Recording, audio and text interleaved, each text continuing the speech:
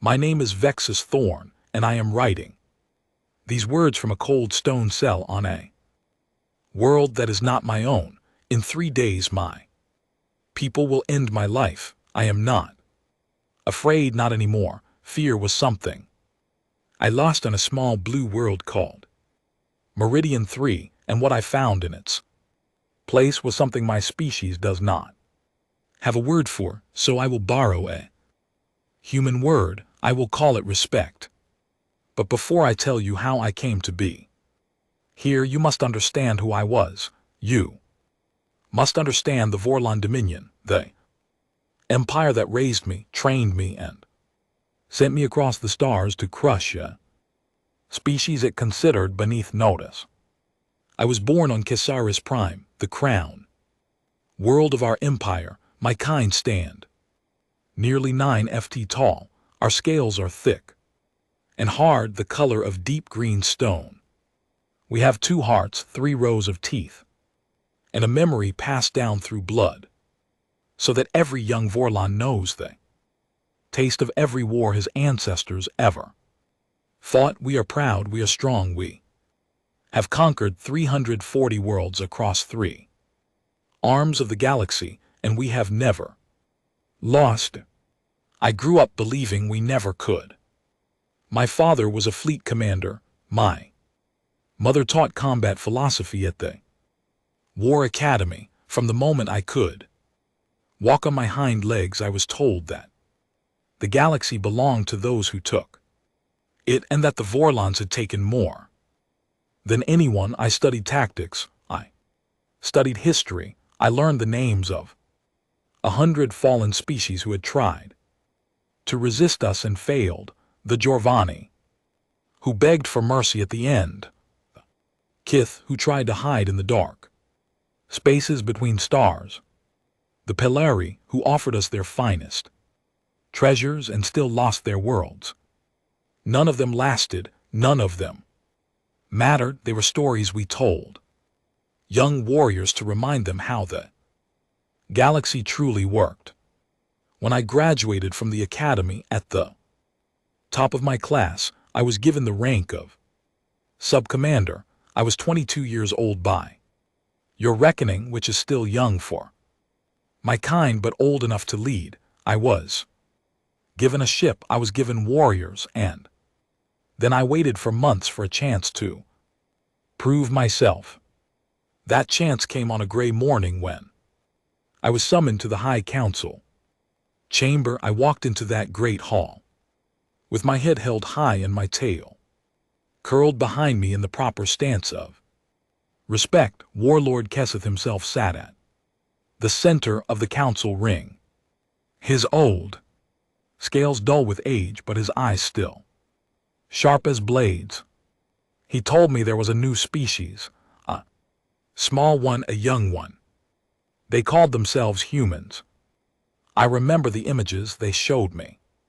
Soft, pink creatures no taller than a Vorlon child. They had no claws. Their teeth were flat and useless. Their skin was so thin you could see the blood moving underneath it. They lived barely 100 years. They had only recently learned to travel between stars, and even then their ships were slow and their weapons were crude, built on old chemical tricks rather than proper energy science. I laughed when I saw them. I could not help it. The whole council laughed with me. Warlord Kesseth assigned me to the 4th Expeditionary Fleet.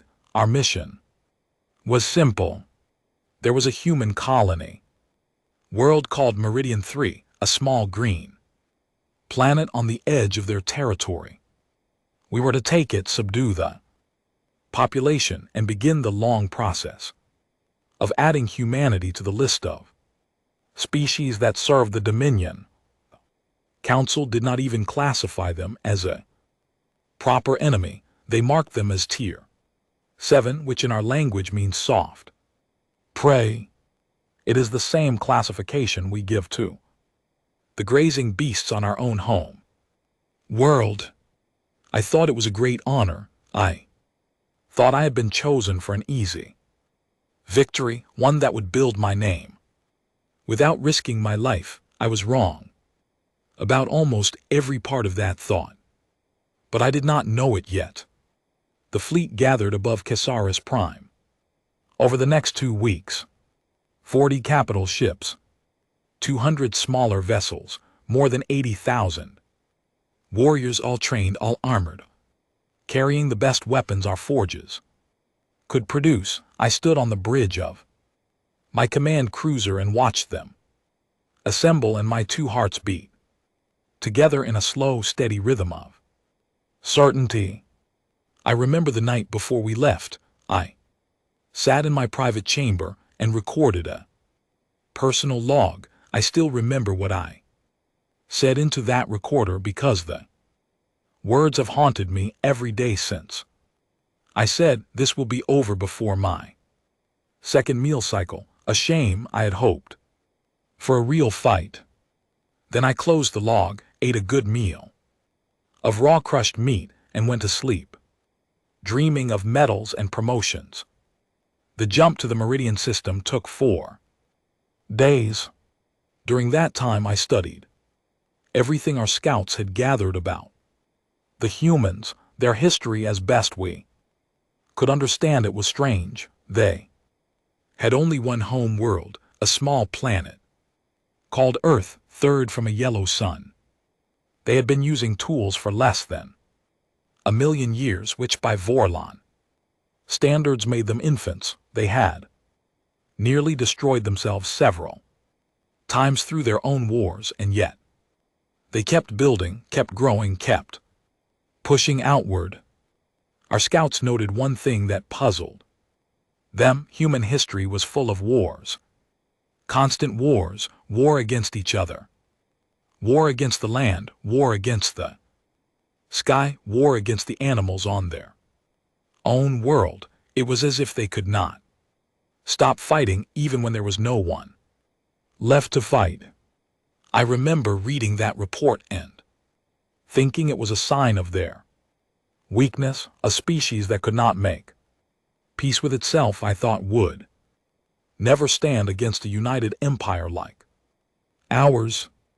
I did not understand then what that truly meant.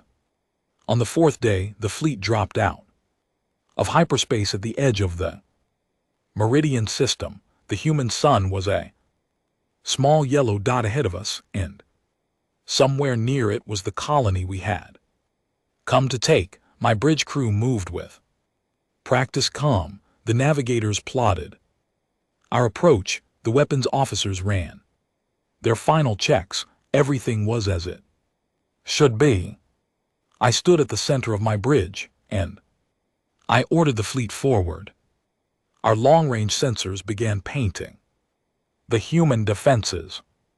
I remember leaning forward in my command chair, eager to see what we were facing. I expected a handful of old satellites, a few poorly armed patrol ships maybe. If the humans were braver than we thought, a single warship trying to hold the line.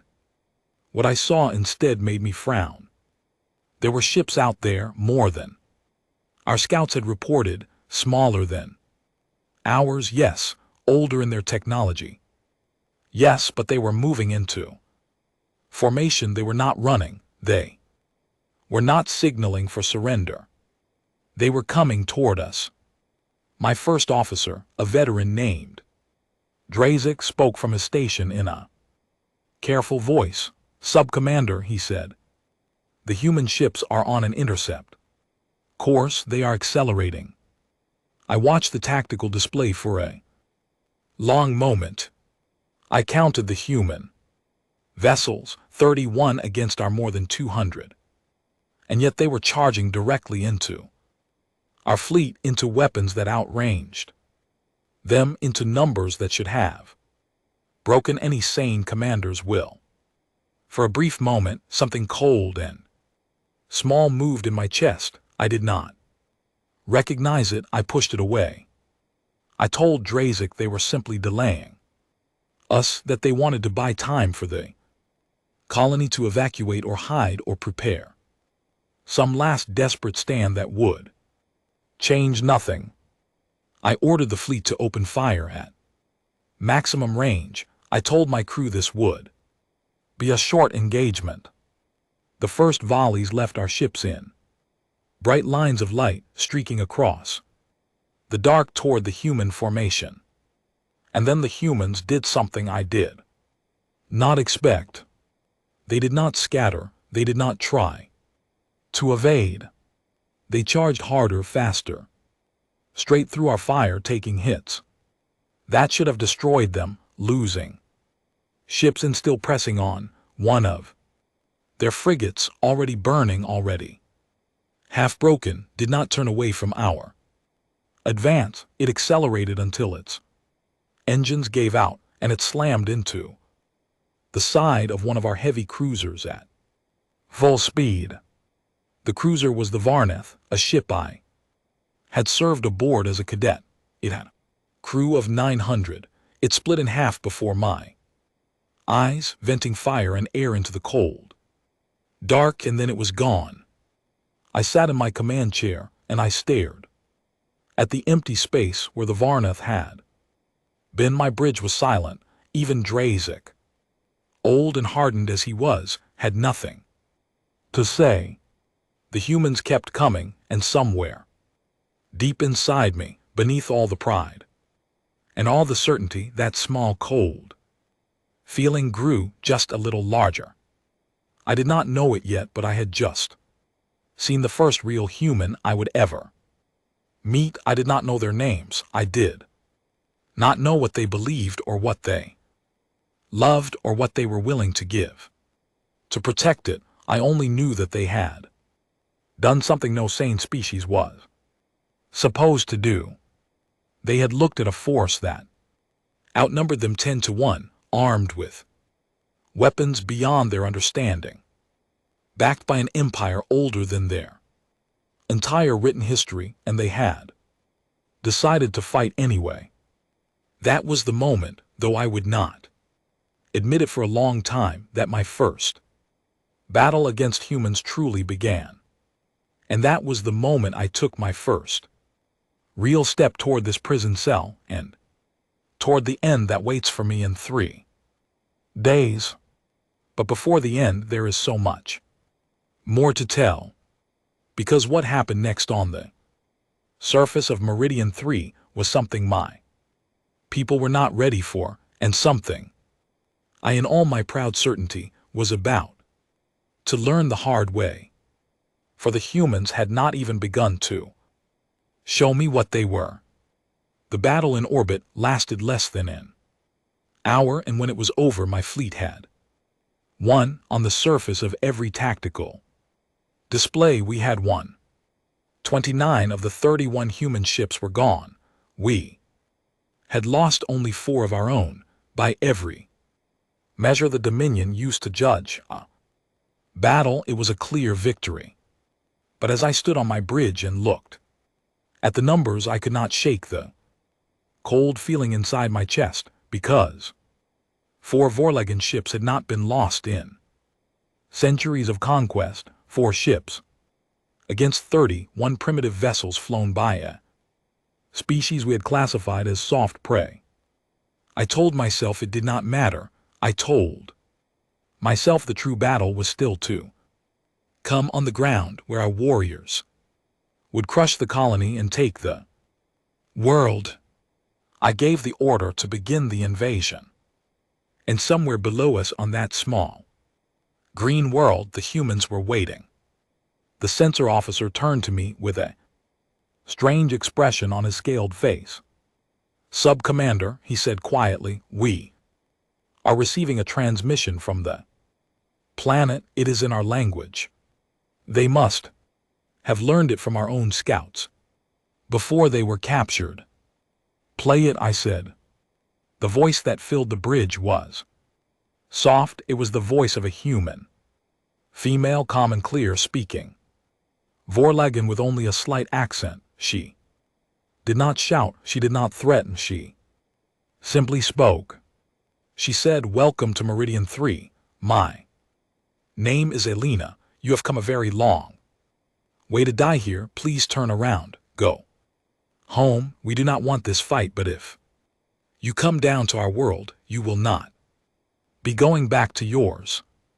Then the transmission ended.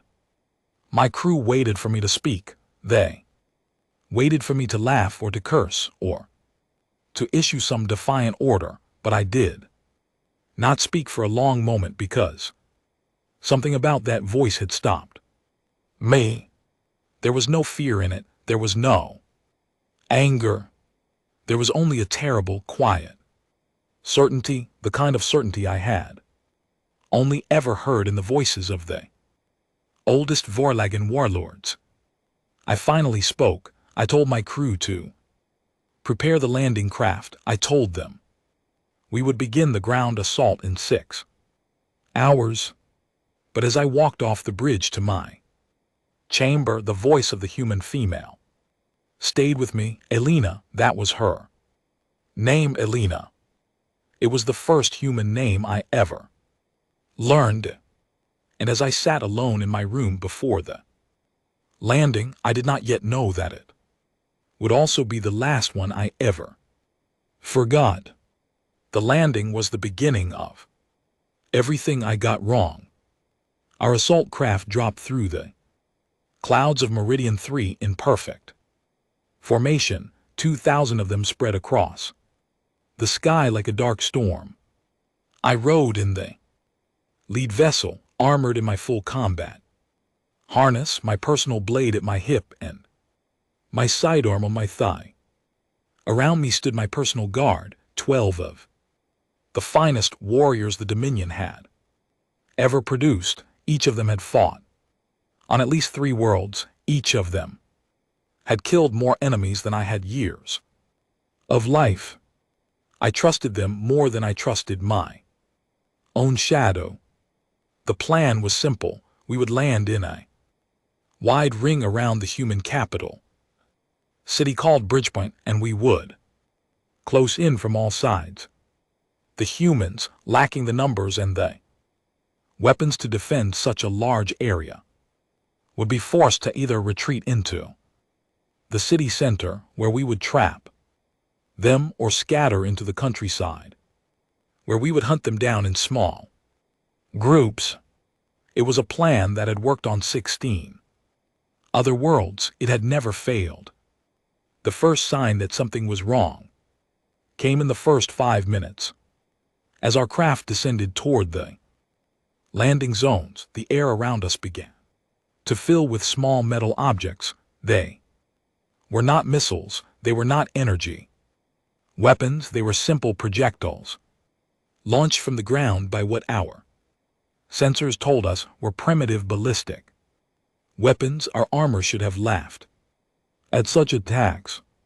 But the humans were not shooting at our armor. They were shooting at our engines, at our sensor domes, at the small, precise places where even the thickest Vorlagan armor had to leave openings to function. And they were shooting from everywhere, from rooftops, from windows, from holes in the ground, from the branches of trees. There seemed to be no part of the landscape that did not hold a human with a weapon. 3 of my assault craft went down. The first minute, 6 more in the second. By the time we reached the ground, I had lost nearly 100 vessels, nearly 2,000 warriors dead, before they had even set foot on the surface. When my own craft landed with a heavy thud, I pushed through the door with my blade already drawn, expecting to see a battlefield of our making. Instead, I saw the ruins of a small human neighborhood, its buildings scarred by our first bombardment, its streets empty. Empty. There was no one to fight. I turned to Drazik, who had landed with me. "Where are they?" I asked. "Where are they all?" He did not have time to answer. The ground beneath our feet exploded. I do not mean that as a figure of speech. I mean that the humans had buried their own city. They had packed explosives into the streets themselves, into the foundations of the buildings, into the sewers, into every place they thought our warriors might stand. And when the first of our landing craft had set down and our forces had begun to gather, they had set off the charges. The world around me turned into fire and dust and noise. I was thrown into the air. My armor absorbed most of the blast, but when I came back down, I landed hard on broken stone, and when I pulled myself up, half of my personal guard were simply gone. Gone, 12 of the greatest warriors our empire had produced, and 6 of them had been erased in a single moment by a species that did not even have proper energy weapons. I stood in the smoke and I looked around, and for the first time in my life I did not know what to do. Drazik pulled me behind the wreckage of our landing craft. He was bleeding from a cut above his eye. He grabbed my shoulder with a claw that shook just slightly, and he said, "Sub-Commander, we need to move. They are coming." "Who?" I asked. "Who is coming?" He pointed through the smoke, moving between the broken buildings. I saw them for the first time, real humans, not pictures on a screen, not distant silhouettes, real living humans moving in small groups, carrying their primitive weapons, coming toward us with the calm patience of predators who had already decided they had won. They were small, smaller than I had imagined. The tallest of them came only to the middle of my chest. Their faces were pale and strange, with round eyes and small mouths and flat teeth. Their bodies were wrapped in fabric and light armor. They should have looked like the soft prey our council had named them. But they did not look like prey. They did not look like anything I had words for. They moved with purpose. They moved with focus. They looked at us the way a Vorlagen warlord looks at an old enemy, not with anger but with quiet, patient calculation. The first firefight of the ground war lasted 3 hours. By the end of it I had lost another 70 warriors. The humans, as far as we could tell, had lost perhaps 15. When the fighting paused and they pulled back into the ruins, it was not because we had pushed them back. It was because they had decided to leave. That was what disturbed me most. They chose when to fight and when to leave. They controlled the entire rhythm of the battle on a world they had lost orbital control of, against a force 20 times their size. By the time night fell on my first day of ground war, I had begun to understand something terrible. The humans were not fighting us the way other species had fought us. They were not trying to defeat our forces in a single great battle. They were not trying to hold territory. They were not even trying to protect their cities. They were trying to make us bleed every step, every hour, every moment of every day. They were trying to teach us that this world would cost us everything we had and more. And they were succeeding. On the 3rd day, we captured our first human alive. He was found in the rubble of a collapsed building, pinned under a broken support beam, his left leg crushed beyond any hope of repair. He should have been dead. He should have been unconscious. But when my warriors pulled the beam aside, he was awake and he was smiling. I went to see him myself. I wanted to understand. He was young, perhaps 25 years old by their reckoning. His hair was short and dark. His uniform was torn and bloodied. One of his arms was clearly broken. His crushed leg had been tied off by his own hand to stop the bleeding before we found him. I stood over him in the field medical tent and I spoke through my translator. I asked him his name, I asked him his rank, I asked him why his people were fighting a war they could not win. He looked up at me with pale gray eyes. And he laughed. It was a weak, tired laugh, but it was a real one. Then he said in his own language, which my translator converted for me, "You came to the wrong rock, lizard." I did not understand the words at first. A rock is a stone. How could a planet be a rock, and why would it matter if we had come to the wrong one? But as I stood there looking at this broken young human who should have been begging for his life, who should have been offering us his secrets in exchange for mercy, who should have been doing anything other than smiling up at the warlord who had invaded his world, I began to understand. He was not smiling because he was happy. He was smiling because he knew something I did not. He was smiling because he knew that whatever happened to him, his people would not stop, his death would not matter, his capture would not matter. The loss of his city, his colony, his entire world would not matter because there were more humans, there were always more humans, and every one of them, in his eyes, would be willing to do exactly what he was doing now. I left the tent that night and I walked to a small rise outside our camp. I stood there in the cold wind and I looked up at the stars, and for the first time since I had been a very young child, I felt a thing I had no name for. I felt small.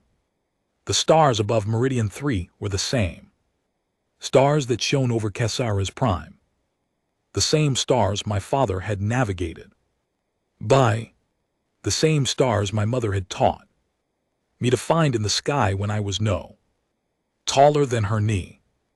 They had always felt like the lights of a great city that belonged to us, that my people had claimed and would always hold. But that night they felt different. They felt like the eyes of something old and patient watching me, waiting to see what I would do. I stood there for a long time and I thought about the young human in the medical tent. I thought about his smile. I thought about what he had said. The wrong rock, I whispered to myself. In the dark, the wrong rock. And somewhere in the back of my mind, that small cold feeling I had first felt in orbit was beginning to grow into something much larger, something I would soon have to give a name to whether I wanted to or not. I returned to my command post as the first light of dawn began to touch the sky. 3 weeks of war still lay ahead of me, and I did not yet know how many more lessons the humans had to teach. But I was beginning to suspect that I had not come to conquer a world. I had come to wake something up. The days that followed blurred together into one long storm of fire and confusion. By the end of the first week, my fleet had landed nearly 40,000 warriors on Meridian 3. By the end of the second week, I had fewer than 22,000 still able to fight. I had never seen numbers like that. I had studied every major battle in Vorlagen history, and none of them, not even the Great Siege of Jorvan Prime, had ever taken losses at this speed. But it was not the numbers that broke my certainty. It was the small things. It was the way the humans fought. On the 8th day, I received a report from one of my field commanders that made me read it 3 times to be sure I understood it. A small group of our warriors had been pinned down in the basement of a ruined school. They were surrounded. They were low on power cells. They had been fighting for nearly 2 days without sleep, and then suddenly the human fire had stopped. A single human had walked out of the Rubble with her hands empty, she had a red cross painted on the white band. Around her arm, she had spoken through broken translator, and she had told our warriors that she was a medic and that she was coming in to help the wounded. Our wounded. She walked into that basement alone, unarmed, surrounded by enemies who had been trying to kill her people for more than a week. She tended to 6 wounded Vorlagen warriors. She set their broken bones. She treated their burns. She gave them clean water. She saved the life of at least 2 who would have died without her. And when she was finished, she simply stood up, nodded to the officer in charge, and walked back out into the ruins. No one shot at her. Our warriors were too stunned. Our own doctrine did not include such a thing. We did not tend to enemy wounded. We did not have a concept of a medic who crossed the line. When we were taught about healers in the academy, we were taught that they served their own and only their own, and that any healer who went to the enemy was a traitor to be put down at once. But this human had walked in, saved our warriors, and walked out, and she had done it because in her eyes, the moment we had stopped fighting, we had stopped being enemies. We had simply become wounded. I read the report 3 times, and then I sat in my chair, and I did not move for a long time. It was not weakness. That was what confused me. A weak species would not walk into an enemy camp unarmed. A weak species would not save the lives of the very warriors who had come to conquer their world. That took something else, something I did not yet understand. On the 10th day, it happened again in a different way. One of our scout teams had captured a human pilot whose small fighter craft had been shot down in a forest to the east of the capital. She was badly wounded, and our warriors had expected her to die before they could bring her in for questioning, but she lived. She was stubborn. She held on. When they began to question her, she would not speak. She would not give them her name, her rank, her unit, or any information at all. They snorts used every method the Dominion allowed. She said nothing. Then one of our officers made the mistake of mentioning in front of her that the building she had tried to bomb during her final flight had been a human hospital, and that he believed she had failed on purpose to avoid killing the patients inside. The pilot looked up at him, and she spoke. For the first time, she said, "Of course. I missed on purpose. There were children in that building." The officer asked her why that mattered. The building had been a legitimate military target. A proper warrior would have destroyed it regardless. The pilot dying, bleeding, surrounded by enemies who had already decided her fate, looked the officer in his eyes and said, "Because I am not a proper warrior. I'm a human being, and we do not kill children, not even to win." Then she closed her eyes, and she did not open them again. The officer who had questioned her sent me a personal message that night. He was a hardened veteran, a warrior of 30 years. He had fought on 8 worlds. He had done things in the name of the Dominion that most of our species would not speak of in public. His message was only 3 lines long. "Sub-Commander," he wrote, "I do not think we understand what we are fighting. I request permission to withdraw from questioning duty. I need time to think." I granted his request. I did not know what else to do. That night I sat in my command tent with a map of the continent spread out before me, and I tried to understand the shape of the war I was losing. Because I was losing, I had not admitted It yet not even to myself, but the numbers did not lie. We had taken only 12% of the planet. We held the orbital lanes, but we could not resupply our ground forces quickly enough to replace our losses. The human counterattacks came in waves, not as one great army, but as 1,000 small wounds, each one small enough to survive, all of them together slowly bleeding my fleet to death. And every day reports came in of things like the medic and the pilot and the young man in the tent with his leg crushed. Every day my warriors came back with stories that did not fit our doctrine. A human child, no more than 10 years old, had stepped in front of a Vorlagen warrior to stop him from shooting her grandmother. The warrior, one of our best, had lowered his weapon and walked away. When his commander asked him why, he said, "Because she looked at me like I was the monster in her bedtime story, and I did not want to be that monster anymore." A human elder, a man of perhaps 70 years, had surrendered peacefully to our forces and had been taken to a holding area when the guards checked on him.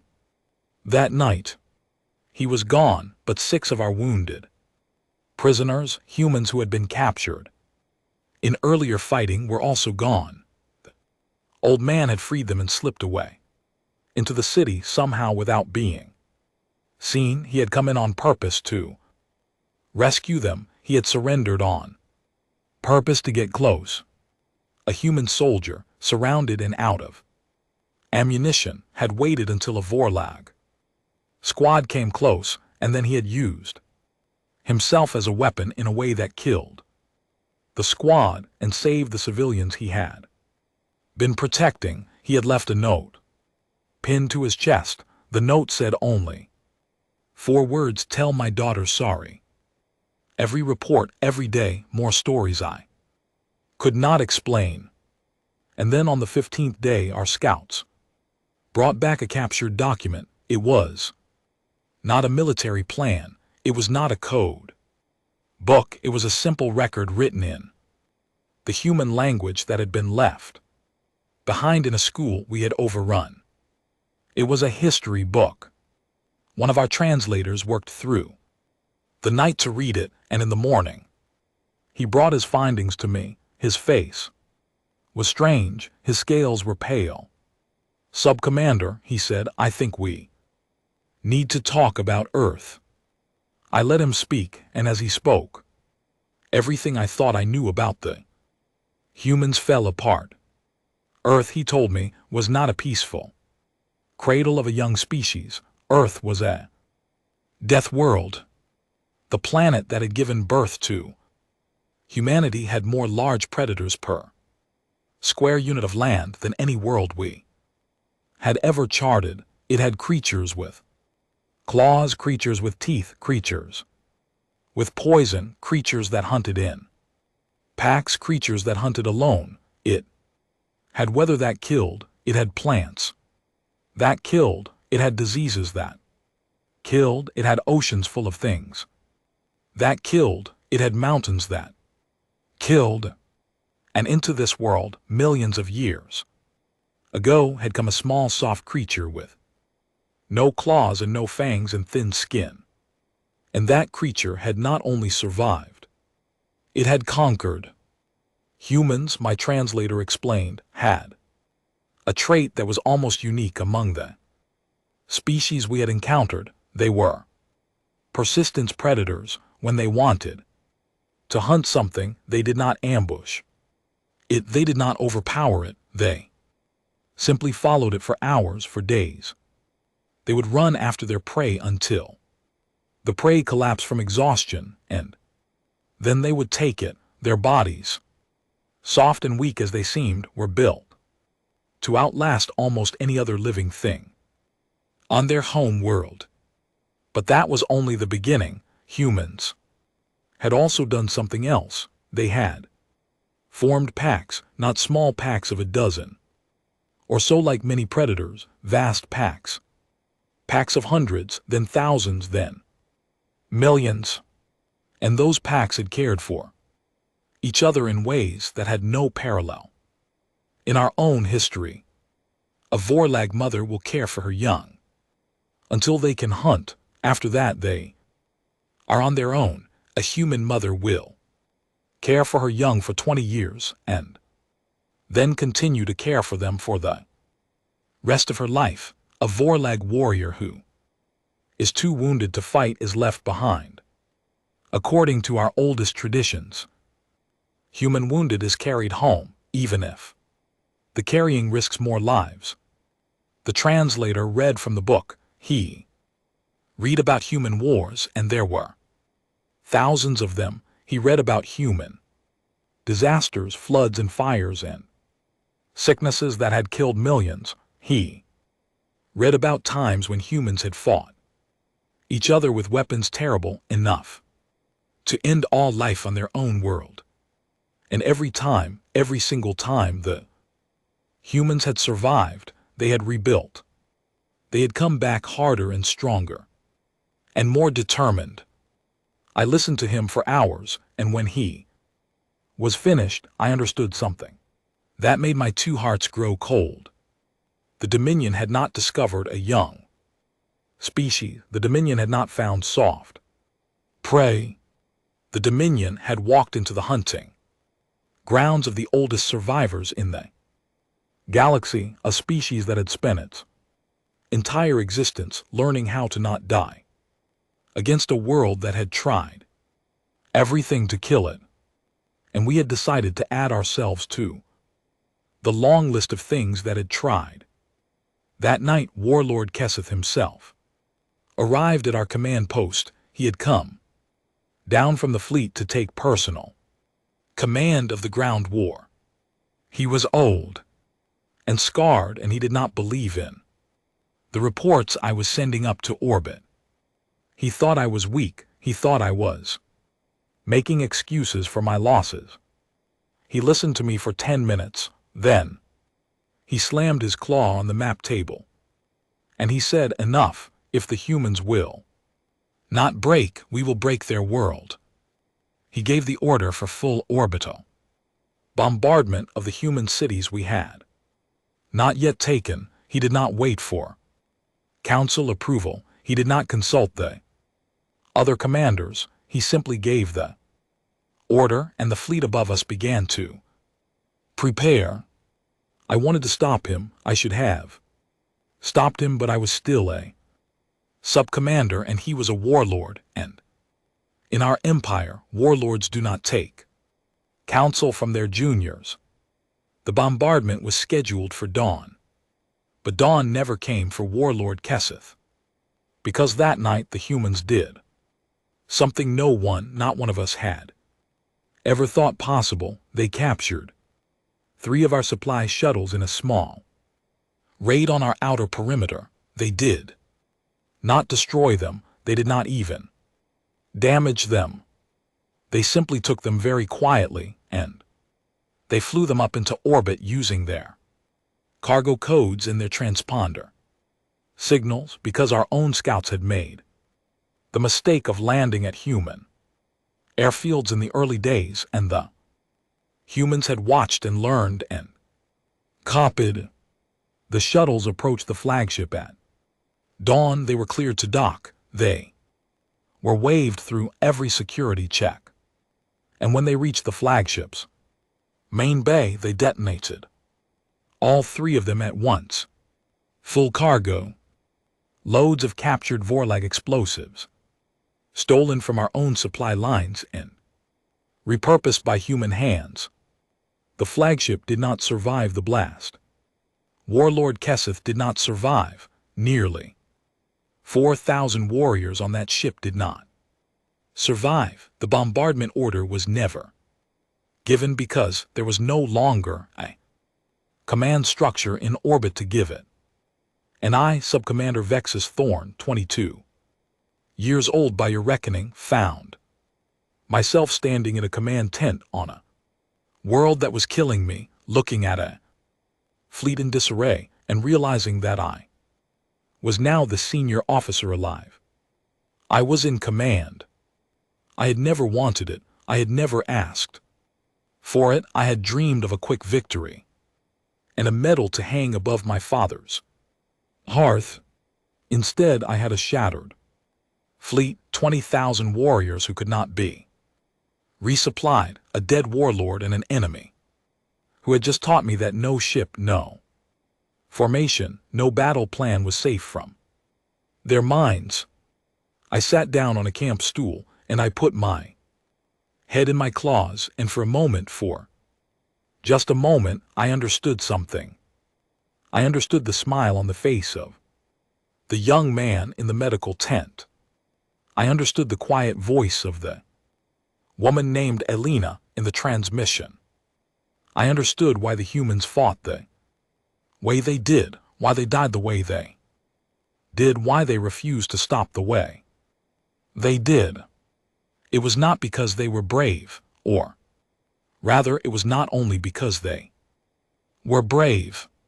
It was because they had been doing this their whole lives against their own world, against their own history, against every predator and every disease, and every disaster and every neighbor who had ever tried to end them. They had been doing this so long that they had forgotten how to lose. And now we had come along and asked them to remember. I lifted my head. I gave orders to my remaining commanders. I told them we would hold our position. We would not advance. We would not retreat. I told them we would wait for new orders from home. But even as I spoke, I knew that no orders from home would change what was coming, because the humans were not done with us yet. And somewhere out in the ruined city, a small woman named Elena was already planning the next step. The next step came 6 days later, and it was aimed at me. After the flagship was destroyed, what remained of my fleet pulled back into a tight defensive formation. On the surface, my forces dug in. We built walls, we set traps, we tried to create a position that even the humans could not break. We held the great valley east of the capital, a natural bowl of rock and forest that should have been impossible to attack from the open ground. The humans did not attack from the open ground. They attacked from under it. For weeks, without our knowing, they had been digging tunnels, old mining shafts, sewer lines from the capital, drainage channels from the farmlands. They had worked in small teams in the dark, hauling out dirt by hand, moving it in buckets and sacks, hiding their work from our sensors with nothing more than old metal sheets and layers of stone. And one morning, just after the sun had risen, the ground inside our fortifications opened up in 100 places at once, and humans came pouring out. I was in my command tent when it began. I heard the shouting first, then the sound of their weapons, the sharp, fast crack of human rifles, the mixing with the deeper hum of our own guns. I grabbed my blade, pulled on my harness, and ran out into the morning light. The scene was chaos. Humans were everywhere, inside our walls, behind our lines, running between our tents. They had brought the battle into the heart of my camp, and they had brought it so fast that our defenses were useless. All our walls faced outward, all our traps were aimed at the open ground, and the enemy was already inside.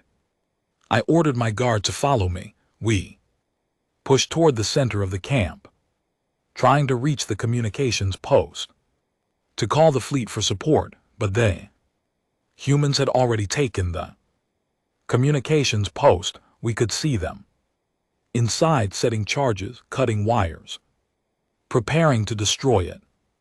Drezek, who was still at my side, grabbed my arm. "Sub-Commander," he said, "we have to fall back. We have to reach the evacuation point." I looked at him. I looked at my warriors, scattered and confused, trying to fight an enemy that seemed to be everywhere and nowhere at once. I looked at the sky, where our shuttles should have been coming down to help us, but where instead I could see human-made smoke trails rising from the edges of the valley, smoke from anti-aircraft positions I did not know they had built. We were trapped. I had led my warriors into a trap, and the humans had closed it around us. I made a decision then. It was not a brave decision. It was the decision of a young commander who had finally understood what kind of enemy he was facing. I told Drezek to take what warriors he could gather and fall back to the evacuation point. I told him to save as many as possible, to get them to the shuttles, to get the shuttles into orbit. And I told him I was going forward with my personal guard to slow the human advance, to buy them time. He looked at me for a long moment. He was older than me. He had fought for many more years. He knew what I was asking. He nodded. He saluted me in the old Vorellen way, claw over heart, and then he turned and ran to gather the warriors who could still be saved. I took what remained of my personal guard, 5 warriors in all, and I moved toward the fighting. We pushed into the ruins of what had been a small settlement inside our fortifications. The humans had taken cover there, using the broken walls of old buildings to ambush our forces as they passed. We hit them from the side, and for a short time we were winning. My warriors were the best the Dominion had. Even in a losing war, they were a force to be reckoned with. But the humans kept coming, more of them, from every direction. They seemed to grow out of the very stones. One by one, my guard fell. Ren, who had served my family for 2 generations, went down first. A human with a small grenade caught him in the open. Vass, the young warrior I had trained myself, went next. He died defending my left flank. Then Korn, then Sethier, then finally old Meketh, who had taught me my first blade lessons when I was a hatchling. He took 3 bullets, protecting my back, and still stood long enough to take down the human who had shot him before he fell. I was alone. I was bleeding from 6 wounds. My armor was cracked in a dozen places. My blade was dull with use. My power cells were nearly empty, and I was alone in a ruined human settlement surrounded by enemies I could no longer count. I stumbled through the broken streets, looking for a defensible position, looking for anywhere I could make a final stand. I found what had once been a school. I knew it was a school because the walls, though broken, still had pictures on them, pictures drawn by children. Small human figures, bright colored. Suns, houses with smoke coming out of chimneys, the kinds of pictures any young creature of any species might draw. I stepped inside and I leaned against the wall and I tried to catch my breath. That was when I saw her. She was standing at the far end of the room near a broken window, and she had a rifle aimed at my chest. She was small, smaller than I had expected. Even among humans, she could not have been more than 5.5 feet tall. She had short dark hair and dark eyes and a scar across her left cheek. Her uniform was torn. She was bleeding from her shoulder, and from her side she looked as tired as I felt. She did not fire. I did not raise my weapon. For a long moment, we simply looked at each other across that broken room full of children's drawings. Then she lowered her rifle just slightly and she spoke to me in rough Vorellen. You are the commander, she said. I have been hunting you all morning. I looked at her and I understood. She was alone too. She had come here alone on purpose to find me. She had separated from her own unit to do it. She had tracked me through the fighting, following the trail of my guards' attempts to protect me, and she had come to this school to end this one way or the other. I asked her name. She told me, Elena Vasquez, she said. Corporal, 1st Marine Division of the Meridian Colonial Defense Force. Elena. It was the name from the transmission. The first human name I had ever learned. The woman who had told my fleet in that quiet voice that if we came down to her world, we would not be going back to ours. I almost laughed. I asked her why she had come alone. I asked her why she had not brought her unit when they could have ended me easily. She looked at me and she said something I have thought about every single day. Zinta, she said, because my people do not need me to end you. My people will end you. Whether I am here or not, I came because I wanted to see your face. I wanted to see the face of the man who looked at our world and thought we were soft. I stared at her, and then very slowly she raised her rifle again. What followed was the longest fight of my life, though measured in time, it lasted only 11 minutes. She was small, she was wounded, she had almost no weapons left. I was twice her size, armored, carrying a blade and a sidearm. By any measure of physical combat, I should have ended her in seconds. But she fought me for 11 minutes. She used the school, the broken chairs, the pieces of glass, the rebar from the fallen ceiling. She used everything. When my blade came down, she was not there. When my sidearm fired, she had already moved. When I grabbed her, she twisted away in ways my body could not follow. She broke my left wrist with a length of pipe. She cut the tendons behind my right knee with a shard of glass. She cracked my visor with her own head, a blow so hard that she staggered back, with blood pouring from her scalp, and still came forward again with a piece of wood in her hand. By the end of it, I was on my knees, and she was on her back, and neither of us could stand. I had my blade at her throat. She had a piece of broken pipe pressed against the soft spot under my jaw, where my armor did not cover. We were each one motion away from ending the other. We both stopped moving.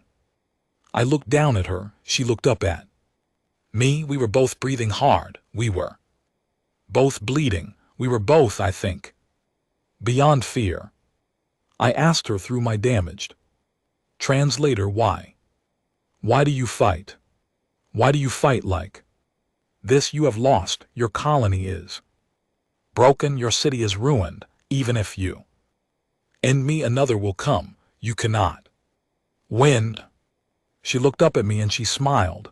It was not a bright smile. It was not a happy one. It was tired and sad and calm, and it held something I still cannot name. She said, we never lose. I asked her how that was possible, and she said, we just run out of time, and someone always comes next.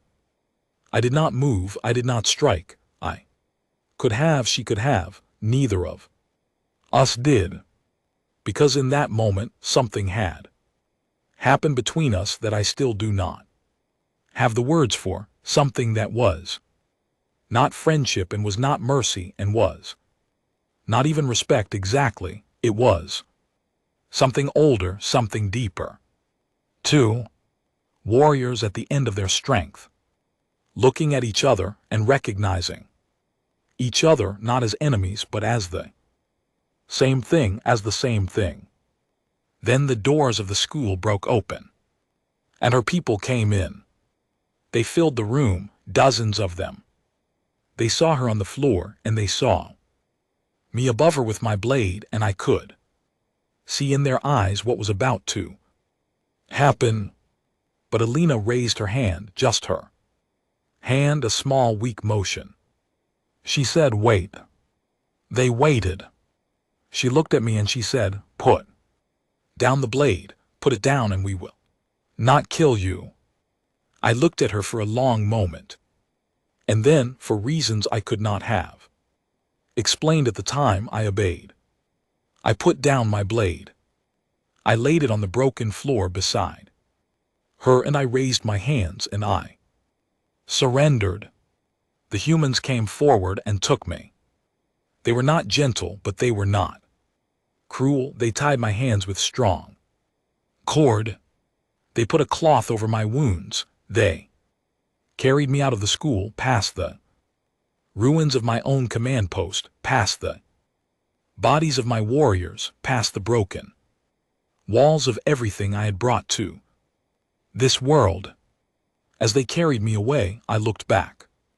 Alina was being lifted onto a stretcher by two of her own. Her eyes met mine.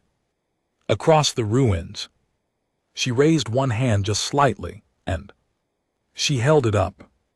I did not know the meaning of the gesture then. I would later learn it was something humans do to say goodbye, or to say thank you, or sometimes to say both at once. I was taken to a human holding area. For 3 weeks I was a prisoner. They treated me better than I deserved. They fed me. They healed my wounds. They asked me questions, but they did not hurt me. Alina visited me twice. We did not speak. We just looked at each other through the clear wall of my cell, and I think we both understood that there was nothing left to say, and nothing still needed to be said. On the day I was released back to my people as part of a strange exchange that the humans had arranged, Alina came to see me one last time. She stood on the far side of the holding area. She did not come close. She simply said, "Goodbye, Commander. Someone always comes next. I hope the next one you meet teaches you something too." Then she walked away. I never saw her again. The Dominion lost the war. I do not mean only the war for Meridian 3, though we lost that completely. I mean the larger war, the real one, the one I had not even known we were fighting. When the remains of my fleet limped home, dragging less than a third of what we had set out with, the Council wanted answers. They wanted reports. They wanted to know how their greatest military venture in a generation had turned into a disaster. They wanted to know how Tier 7 soft prey had broken a fleet that had crushed empires. I gave them my report. I told them everything. I told them about Alina and about the medic who had walked unarmed into our basement, and about the young man in the tent who had laughed through his wounds. I told them about the tunnels and the captured shuttles and the 11 minutes in the school. I told them about Earth and what it had made the humans into. I told them we could not win, that if we fought humanity with everything we had, they would simply keep coming, that we would run out of warriors before they ran out of people who were willing to stand in front of us, that we would run out of worlds before they ran out of reasons to take them from us, that in the end the galaxy would remember this as the war in which the Vorlag and Dominion met something older and harder than itself and did not survive the meeting. The council did not want to hear it. They called me a coward. They called me a traitor. They said that my weakness in the school, my surrender, my willingness to be taken alive was proof that the humans had turned me. They said that any warrior who could have put down his blade to a wounded enemy female had lost his place among the Vorlagen people. They put me on trial. The trial lasted 2 days. There was no true defense. There was no true judgment. It was a ceremony meant to hide a decision that had been made. Before I ever entered the room, they found me guilty of dishonor. They sentenced me to death. I was not surprised. I was not even angry. I was taken to this cell. In 3 days I will be taken out of it, and my people will end my life in the old way, with a blade in the sand ring where Vorlagen traitors have been ended for 1,000 years. I am not afraid. I spent many nights in this cell trying to understand why I was not afraid, and I believe I finally do understand. It is because of Elena.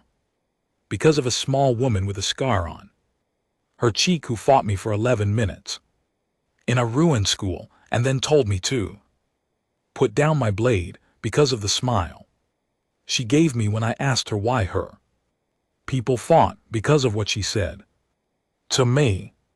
She said, "We never lose, we just run out of time and someone always comes next."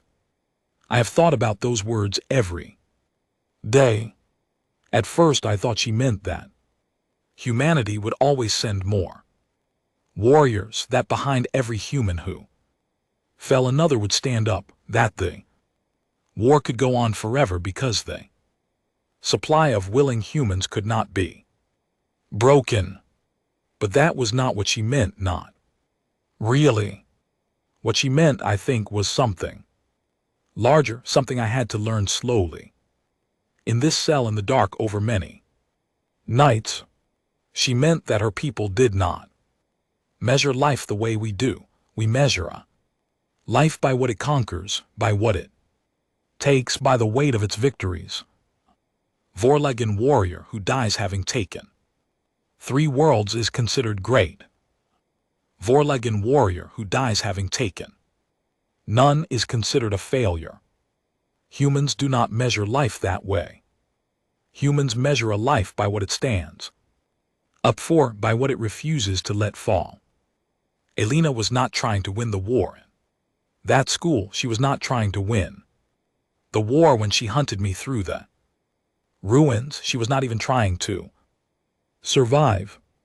She was trying to be a link in a chain that stretched back into her own history, back through every human who had ever stood against something larger than themselves and refused to move. A chain that stretched forward into a future she would probably not live to see, a future full of humans who would hear her name or the names of the thousands like her, and who would take the next step in the long human walk across the stars. She did not need to win, she only needed to hold her place in the chain, and as long as she held it, the chain would hold, and as long as the chain held, humanity would move forward. That is why they are unbeatable. That is what my people never understood. You cannot defeat a species that measures itself by the length of the chain, because every link you break only makes the next link hold tighter.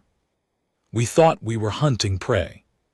We were actually being measured against a standard that we could never meet by people who had been building that standard for 1,000,000 years. And we came up short. There is one last thing I want to say before I finish this recording.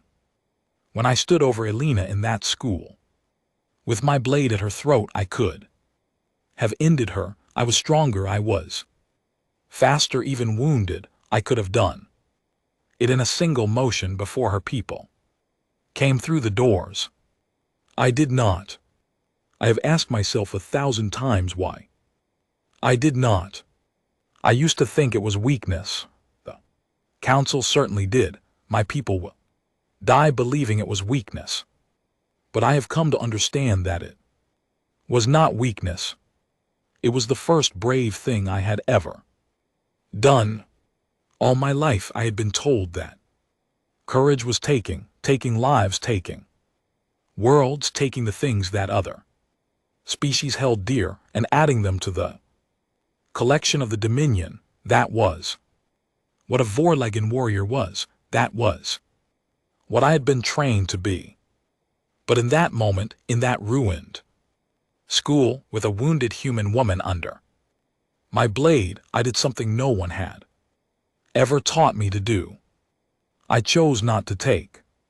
I chose to see her as something more than prey, to see her as something that had earned the right to keep breathing, whatever the cost to my own fate, whatever my counsel might later say, whatever the cost to my own life. I put down my blade. It was the first true act of courage in my life, and it was also, I think, my last, because everything that has happened since my capture, my surrender, my trial, my approaching end, has only been the working out of that one choice. My people believe I am dying a coward's death. They believe I broke. I know better. I am dying because in one moment, in one small room, I looked at another being, and I decided that she was more than what my people had told me she was. I am dying because I refused to add Elena's name to the list of lives the Dominion had ended. I am dying because I let one link in the long human chain hold. And if her chain holds, then perhaps in some strange way, I am part of it now. 2. That is my last thought. That is my last gift to anyone who hears this recording, to anyone who finds this message, to anyone who wonders what happened to the young Vorlagen subcommander who was sent to conquer a small green world and who came back broken. I have one thing to say. The humans are coming. Not as conquerors, not as warriors, not even as enemies unless you make them into enemies. They are coming the way they have always come to every new place, slowly, stubbornly carrying their children and their old ones and their strange, strong idea that no link in their chain is allowed to break. If you meet them, do not make my mistake. Do not see them as small. Do snorts not see them as soft. Do not count them by their numbers or their weapons or their years. Count them by the length of the chain. Count them by the names of those who came before, and by the faces of those who will come after. Count them by the quiet voice of a woman named Elena speaking across the stars, telling you that if you come to her world, you will not be going home to yours. Then if you are wise, turn your ships around, go home, hold your own chain. Let them hold theirs, meet them as neighbors, not as prey, meet them as fellow travelers in a very large and very old galaxy. They will meet you the same way. They are better at that than we ever knew. I can hear the guards outside my cell. Now they are coming for me. I am ready. My name is Vexus Thorn. I was a sub-commander of the Vorlag Dominion. I led a fleet against a species called humans. And I lost. I was defeated not by their ships or their weapons, but by a single woman in a ruined school who showed me in 11 minutes what my entire empire had never taught me in 100 years. My first battle against humans taught me how to fight. My last moment of courage is this: admitting that they taught me how to live. Remember Elena. Remember the chain. And if you ever look up into the stars and see a small bright ship coming towards you, one that does not run and does not turn away, one that carries a species you have never met but somehow already know, do not raise your weapons. Raise your hand instead. The way she raised hers to me across a ruined room at the end of a long and terrible day. They will understand. They always do. This is Sub-Commander Vexus Thorn, signing off for the last time. The sun is coming up outside my cell. It is a good day to be brave. It is a good day to put down the blade. Goodbye.